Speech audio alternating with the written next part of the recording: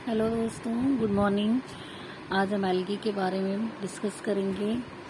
Algae जो कि एक प्लांट है और एनिमल में भी कह सकते हैं और प्लांट में, क्योंकि ये एक थैलॉइड स्ट्रक्चर है जिसमें कि न तो वो रूट में डिवाइड, न तो उसमें कोई रूट समझ में आती है, न ही उसका लीव्स डिफ्रेंशिएट होता है, न ही इसके स्टेम्स डिफ्रेंशिएट होते हैं। इसीलिए इसको डिवीजन थैलोफाइटा में क्लासिफाई किया गया है।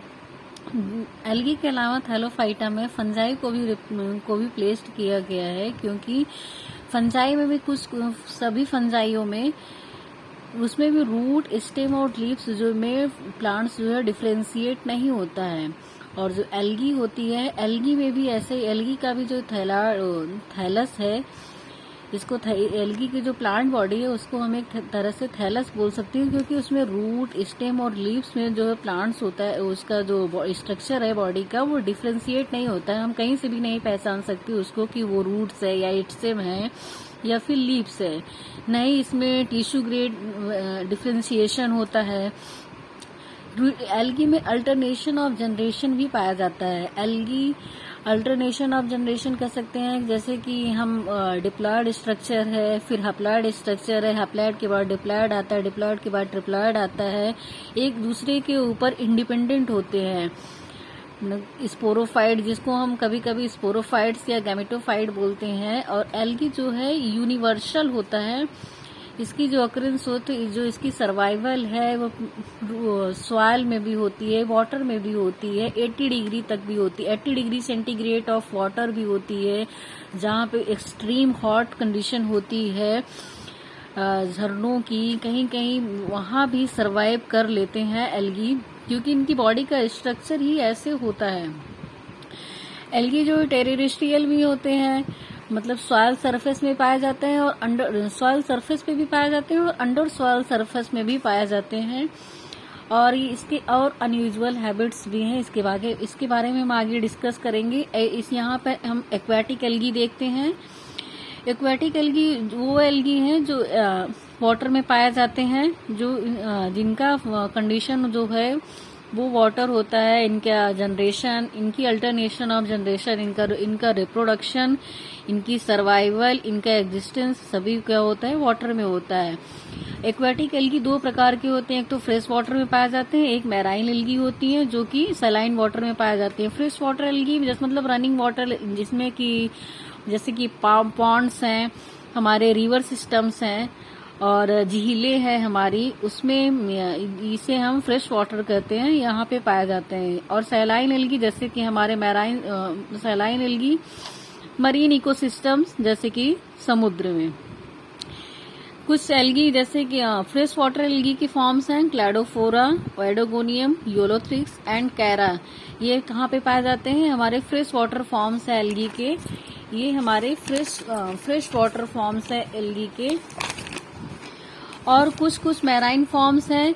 मैराइन फॉर्म्स आप देख सकते हैं क्या है, इक्टोकार्पस है, सार्गेसम है, फ्यूकस है और रोडोफाइसी, पॉलीसाइफोनिया। रोडोफाइसी यहाँ पे एक एल्गी की क्लास है। आगे हम इसके बारे में डिस्कस करेंगे जब हम एल्गी को क्लासिफाई करेंगे। तो एल्गी के बहुत सारे क्लासेज हैं, जैसे क्लोरोफाइटा। एल्गी को बहुत सारे क्लास में डिवाइड किया गया है। क्लोरोफाइटा है, रोडोफाइटा है, फ्यूओफाइटा है। ये सभी एल्गी के कलर के ऊपर है कि इसमें कौन कौन से पिगमेंटेशन पाए जाते हैं, कौन कौन से क्लोरोफिल पाए जाते हैं, इनकी प्लांट बॉडी का स्ट्रक्चर कैसा है, इनमें कौन सी, इनका इकोसिस्टम कौन सा है, ये किस जगह पे पाए जाते हैं, ये इसके ऊपर निर्भर करता है कि एल्गी का क्लासिफिकेशन किसके बेसिस पे किया गया है और कैसे किया गया है। कुछ एक्वेटिक एल्गी हैं जैसे कि फ्री फ्लोटिंग होते हैं, ये अपने आप रनिंग वाटर में तैर रहे हैं, यहाँ से वहाँ अपने आप मूवमेंट हो रहा है इनके बीच में, और इनके मूवमेंट के लिए भी इसमें फ्लैजला पाए जाते हैं, जो इसको फ्री फ्लोटिंग, जो इसके मूवमेंट को बरकरार रखते हैं। जैसे फॉर एग्जांपल क्लेमाइडोमोनास, वॉल्वॉक्स और स्पाइरोगाइरा एक्सेट्रा।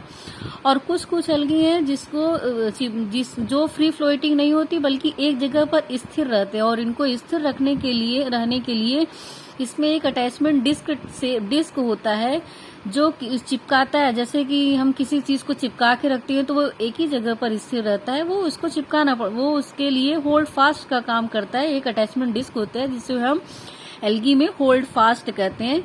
ये फॉर एग्जाम्पल ओइडोगोनियम, इसका इस तरह की एल्गी का एग्जाम्पल है ओइडोगोनियम और यूलोथ्रिक्स। ये आपको एक दिखने में तो प्लांट की तरह दिखेंगे, लेकिन इसमें न ही रूट डिफ्रेंशिएट होगा, न ही स्टेम और न ही लीव्स डिफ्रेंशिएट होगी। और कुछ कुछ जो फ्रेश वाटर या मैराइन इकोसिस्टम, मैराइन एल्गी हैं, इसमें आप कॉलोनीज को भी देखेंगे कि इसमें ये कॉलोनी फॉर्म करते हैं, मतलब एक ही जगह पर बहुत सारी प्लांट बॉडी जो है इकट्ठा हो जाती है और एक वाटर ब्लूम्स, ये एक जब जहाँ पे कॉलोनी फॉर्म करती है वहां पे वाटर ब्लूम्स का भी काम करते हैं। वाटर ब्लूम्स क्या, जहाँ पे बहुत एक्सेस मात्रा में एल्गी का पाया जाना, बहुत, जैसे कभी कभी आपने पॉन्ड्स को देखेंगे, पूरे पॉन्ड्स जो है पूरे एक तरफ से एक तरफ तक पूरा ग्रीनरी से भर जाता है। ग्रीन ग्रीन लगता नहीं है कि वहां पे पानी, ऐसा लगता है कि वहां पे घास उगी हुई है। तो ये वहां पे क्या होता है, एक्सेस कंडीशन में हो जाती है, बहुत ज्यादा एक्सटेंड हो जाते हैं, एल्गी की मात्रा जो है बहुत ज्यादा बढ़ जाती है। और जब ये बढ़ जाती है तो इन्हें वाटर ब्लूम्स कहते हैं या फाइटोप्लैंक्टॉन्स कहते हैं। ये एल्गी क्या करते हैं, वहां पे अपने आप को सरवाइव करते हैं, रहते हैं वहां की। तो जब ये एल्गी उस वाटर में फॉर्म्स में जब उस पॉन्ड्स में या लेक्स में या रिवर सिस्टम्स में पाए जाते हैं तो वहां की क्या होती है, जो उस वाटर की जो ऑक्सीजन कंडीशन होती है उसको क्या करते हैं, घटा देते हैं। वहां पे कार्बन डाइऑक्साइड की मात्रा बढ़ा देते हैं, जैसे वहां पे कार्बन डाइऑक्साइड की मात्रा बढ़ा देते हैं, जिसे हम बीओडी कहते हैं। जो हमारा कि जब घट जाता है बीओडी तो क्या कहते हैं, वहां पे एल्गी और सरवाइव करते, तो हमारी मछलियां जो है सरवाइव नहीं, मछलियां हैं जो और भी एक्वेटिक ऑर्गेनिज्म एनिमल्स है वो सरवाइव नहीं कर पाते हैं। उनके लिए प्रॉपर ऑक्सीजन नहीं मिल पाता है, एयर नहीं मिल पाता है, लाइटिंग नहीं मिल पाती है उनको सरवाइव करने के लिए। उनको सरवाइव करने के लिए प्रॉपर लाइट नहीं मिल पाती है। और कुछ एल्गी होते हैं जैसे जो रॉक्स में भी पाए जाते हैं, लेक्स में तो अभी हमने बताया कि लेक्स में भी पाए जाते हैं, सीज में पाए जाते हैं। और जो एल्गी सीज के किनारे पाए जाते हैं उन्हें फाइटोबैंथोस कहते हैं। कुछ एल्गी के जो फॉर्म्स हैं वो लेक्स के या सीज के किनारे, सी बैंक्स जिसको कहते हैं या एस्चुरीज कहते हैं, उसके किनारे जो फॉर्म पाए जाते हैं उन्हें हम क्या कहते हैं, फाइटोबैंथोस कहते हैं। कुछ एल्गी जो मैराइन एल्गी है वो भी पूरे समुद्र को भी कभी पूरे समुद्र को कवर अप किए रहती हैं। जैसे हम रेड सी का नाम सुना है हमने, येलो सी का नाम सुना है। येलो सी तो येलो एक एल्गी है जिसके जो एक पूरे पार्क के वाटरफॉल को कवर किया है। उसकी वजह से वहां का जो येलो स्टोन नेशनल पार्क बोला जाता है, क्योंकि वहां का जो झरना है, जो वाटरफॉल बना है, वहां पे एक एल्गी पाई जाती है जो पूरे कवर अप की है और उसकी वजह से वहां का जो पानी है वो पूरा येलोइश दिखता है।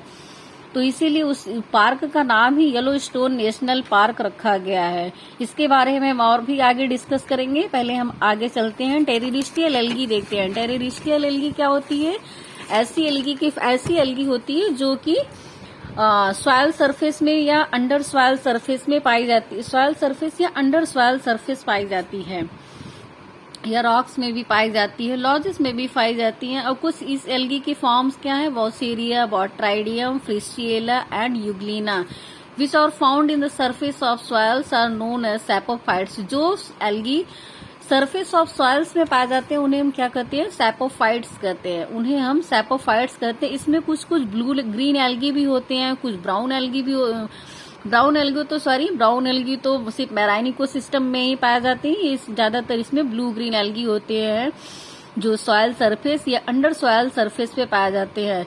और अंडर सॉयल सरफेस में कौन कौन से हैं, फॉर एग्जांपल नॉस्टॉक है, एनाविना है, जो कि सॉयल सरफेस के अंदर पाए जाते हैं, जिसे हम क्या कहते हैं, क्रायोफाइट्स कहते हैं।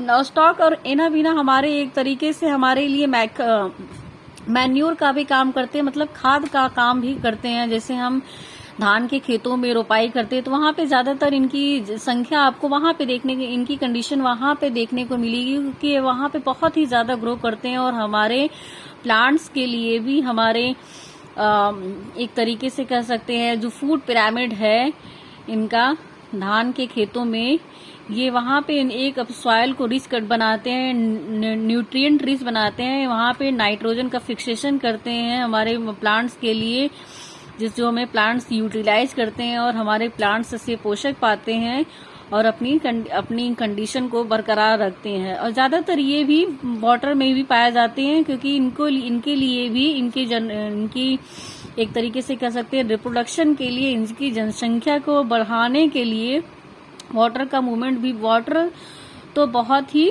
आवश्यक है, क्योंकि इसमें इसके जो स्पोर्स होते हैं या इसकी जो रिप्रोडक्शन का कंडीशन है उसके लिए भी इसमें फ्लैसिला पाए जाते हैं, जो कि जिसके मूवमेंट के लिए वाटर तो हमें इसेंशियल ही है। कुछ एल्गी जो होते हैं ट्री ट्रंक्स में, मॉइस्ट वॉल्स में पाए जाते हैं, जो कि कार्बन डाइऑक्साइड को एब्जॉर्ब करते हैं और वहां के और वाटर एब्जॉर्ब करते हैं एटमॉस्फेयर से, जैसे कि प्रोटोकॉकस एंड साइटोनीमा। उसके बाद ये अपने आप को मेंटेन करे रहते हैं। इसके लिए आगे के पोर्शन के लिए हम आगे डिस्कस करेंगे। Thank you.